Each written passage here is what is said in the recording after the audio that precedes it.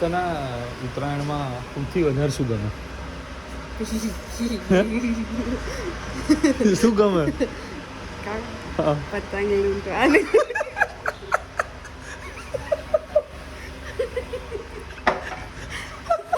હા સારું ના હોય મગર. તમે ને ના હતા નતા લૂંટતા. પણ હવે તો હું મોટો થઈ ગયો. એ મોટો નહીં થઈ પણ